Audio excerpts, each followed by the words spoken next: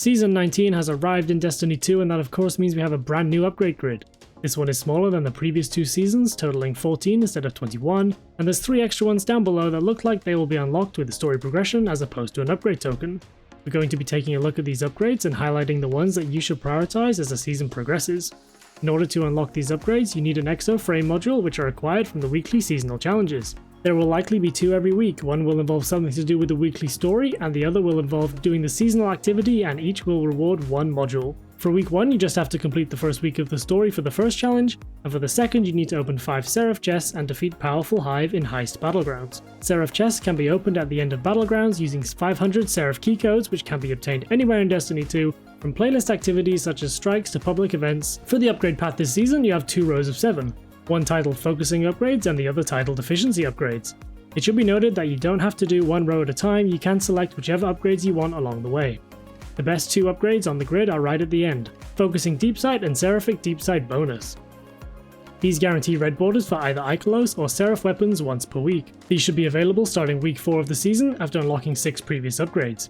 I would recommend ignoring all the upgrades to do with armor focusing and high stat armor until the very end, as there are so many ways to get high stat armor in the game, but only a few ways to get the new seasonal weapons.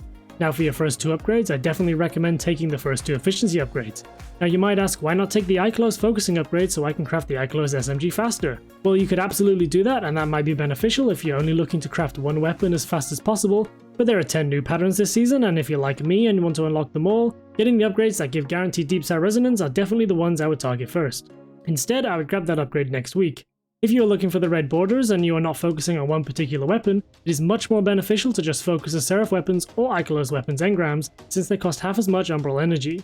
You don't need any upgrades for this, you just need to acquire each item available in the engram to be able to focus it. For upgrades 3 and 4, I recommend taking either ikelos or Seraph focusing, whichever you prefer, and umbral activities. This is a very important upgrade to passively earn Seraph umbral energy needed for focusing by doing specific activities like playlists, raids, and dungeons. For upgrades 5 and 6, I would take the other weapon focusing upgrade and the Seraph keynode capacity, which will double the number of codes you can hold, meaning you can open more of the Seraph chests at the end of the Heist Battlegrounds. That means for the next 2 upgrades you can grab the 2N deep sight upgrades to progress your weapon patterns. The rest of the upgrades are much less more important than the ones that I mentioned, so you can just work your way back through the table picking what you prefer, whether that be the armor upgrades or more ways to earn Seraph umbral energy or key codes. If you have any questions, please let me know in the comments down below.